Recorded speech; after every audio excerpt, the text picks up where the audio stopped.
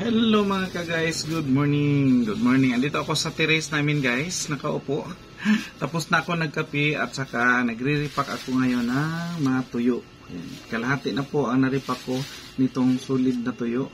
Kahapon kasi namili kami kahit na holiday, may mga open naman na bintahan ng tuyo o tindahan ng tuyo. So yung gurin, so namili kami at may binili din kami ibang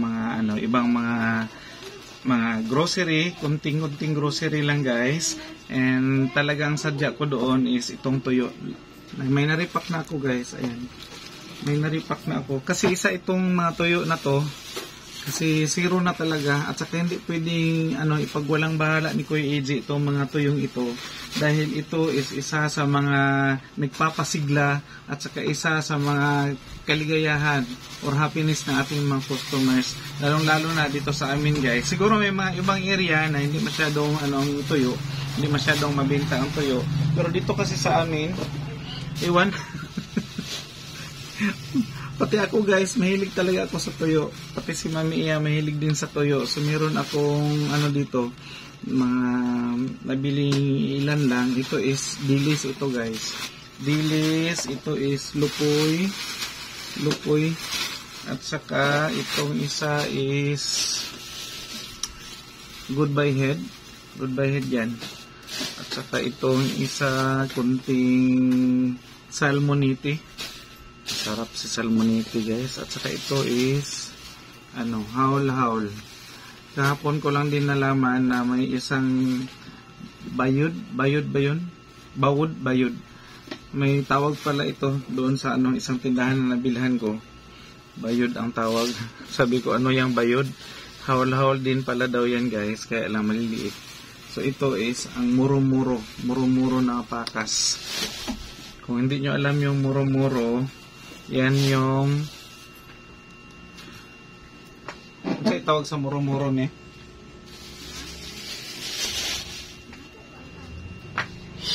May ibang kasi yan, may ibang tawag yan pag fresh pa na isda. At saka ito is may nabili din ako guys, kunting munggos kasi paubos na yung aking munggos. And today nga is magre-repack si Kuya AJ. And habang nagre-repack si Kuya AJ guys, kunting pintuhan lang tayo about sa ating mga tindahan. Dahil marami tayong naririnig at saka maraming mga post doon sa sa social media. Yung iba is nahihirapan at saka eventually nga is nagko-close. Kahit nasa mga community natin, sa barangay natin, sa lugar natin, magtaka ka, ka-open lang, hindi inabot ng isang taon or ilang buwan lang ang operation, nag-close ka agad. Ang problema siguro, hindi natin alam, may mga internal problems about sa family siguro, and isa dyan sa pinaka sa tingin ko lang guys is yung sa operation, paano nila i-operate yung tindahan. Kasi yung sa management, kasi yung iba akala lang siguro nila is madali. Yes, sabi ko nga sa ibang mga vlog ko guys is madali talaga magtayo ng tindahan.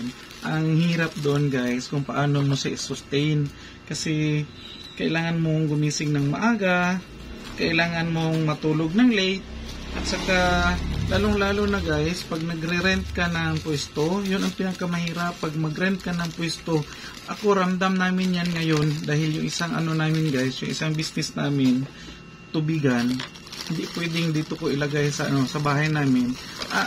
Mas sana, ideal sana kung dito sa bahay dahil siya, hindi ko na kailangan pumunta doon at saka madaling i-manage dahil andito lang. Kaya lang, need mo talaga pag mga ganyang pwesto or kahit na anong business, need mo talaga maghanap ng strategic na location. Kasi number one na i-consider natin, di ba, ang location. Tapos, yung kasing na-assume namin na tubigan is nasa siya, nasa highway, at saka ngayon mas lalo siyang mag-boom at saka mag-click dahil may tinatayong palengke. May tinatayong palengke sa harapan namin, malaking building, and at the same time palengke siya, at the same time evacuation center, at saka siguro sa malaki yung malaki kasi yung building na tinayo, nasa 3rd floor. So marami pang mga siguro mga offices na ilagay doon sa barangay, kasi barangay ang may project noon. Project yun ng barangay. So malamang marami talagang pwesto doon, maraming mag-o-office doon, at saka sa tingin ko lang guys, mas lalong mag-boom yung pwesto doon, so sayang din. So balikan natin yung pag-acquire ng pwesto, hindi madali, lalong-lalo na pag mag-rent ka, dahil i-rent mo siya monthly, and may ibang mga mga businesses or mga leasee or lessor yung nagpapa-rent, na ang patakaran nila is kailangan nilang i-increase yearly yung rentals. Sa rentals pa lang guys, tiba-tiba na ang may-ari ng building. Pero ang masaklap doon is ang nag-rent, kasi pag ikaw ang renter, kailangan mo talagang bayaran yung monthly na rentals mo. So kung ang tinda mo hindi patok at saka hindi click sa mga customers, paano ka makabayad ng rent? Babayad ka pa ng tao na mag-man doon. Kung hindi siya kayang i-man na isang tao, siyempre dalawa. Sa amin case is dalawa yung tauhan namin sa aming tubigan. So sasahuran mo yun. Ang sahod nila sa ngayon is nasa minimum, sobrang kunti sa minimum. Minimum dito sa Davao sa ngayon is nasa 443, kung hindi ako nagkakamali 443. Kaya ang daily pa lang guys sa dalawang tao is kailangan mo nang kumita ng 900. Opo bulad daw. So may customer na tayo na ating bulad. Saglit lang guys.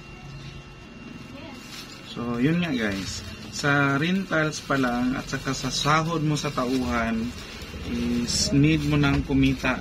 Kunyari mag-rent ka dito sa Davao, depende sa building, sa kanyang katayuan, kung maganda yung building, at saka depende sa pwesto, at saka isa rin yung depende sa may-ari ng building kung magkano niya iparent. Dito kasi nagre-range ang rentals ng 10,000 to 15,000 ang isang pwesto.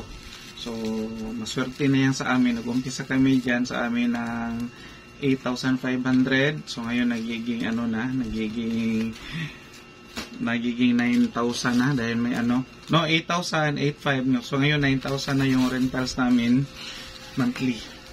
So abot pa yan ng 10,000 kasi mag-increase yan siya. Meron yang annual increment na 10%.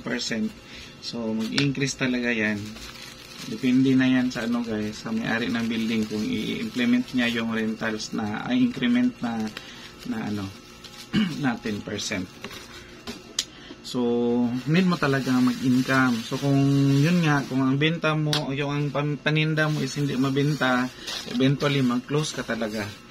Tapos, babayaran mo pa yung mga permits, taxes, BIR. So, doon pa lang guys, wala na.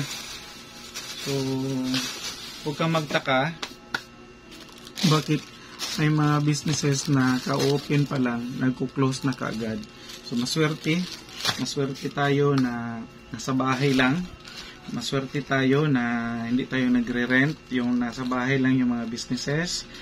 Saka kung pwede nga lang, dalahin ko na yung tubigan dito Kaso sayang lang yung mga walk-in customers dahil nasa looban kami, nasa subdivision yung bahay namin. So kung dalahin ko dito yung aming tubigan, mahirapan sa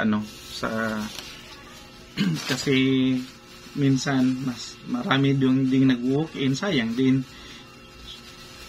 ma-walk-in aside sa delivery. So kung nasa looban yung mo, so need mo talagang i-deliver, i-market yung produkto mo. So unlike sa sari-sari store, pag alam na nila na may tindahan doon sa looban or kahit na na pwede naman nilang daanan, wala sa highway, kasi may disadvantage din pag nasa highway ka. Yes, maraming tao, maraming dumadaan, pero minsan, lalo na pag peak hours, pag traffic, hindi rin, mayroon kasi mga customers na ayaw na matraffic, ayaw na yung mga may sasakyan, hindi na makapark, so need nilang maghanap ng mga tindahan, mga sari-sari store na mabilisan lang. So hindi na nila kailangan pumila doon sa sa traffic at saka mahirapan pag sa park. So hanapin tayo kanila. So sanayan nila na pag dito pwede silang mag-drive-thru, kasi diyan sa amin guys sa harap pwede kang nakamotor, diretso ka na parang drive-thru. Doon ka talaga sa bungad. So yun ang gusto ng ibang mga customers. So yun lang. Kung sa mga ganyan pa lang na sa mga ganyang problema pa lang, kung hindi mo na siya maagapan, hindi mo siya makayanan, magkuklose ka talaga. So ang sabi is lahutay lang yun. Naalang yun tayo lahutay, naalang tayo paningkamot, naalang tayo tiyaga, pero kung lisod jud kayo, eventually mag-close jud ka. And yan lang po ang guys, advice ni Kuya AJ, na need mo talagang maghanap ng magandang pwesto, at saka need mong i-market yung product mo. Kailangan mo talagang maagang gumising, kailangan mong late matulog para ma-coop up mo yung mga expenses pa lang. Dagdag pa dyan yung tubig at saka kuryente kung nasa kalabas at saka sa pwesto mo na i-rent mo. Kailangan mo talagang paglaanan yan. And kung nakukup up naman doon sa daily sales mo yung mga pangangailangan yan at saka mga bagay na yan, kailangan mo siyang paglaanan.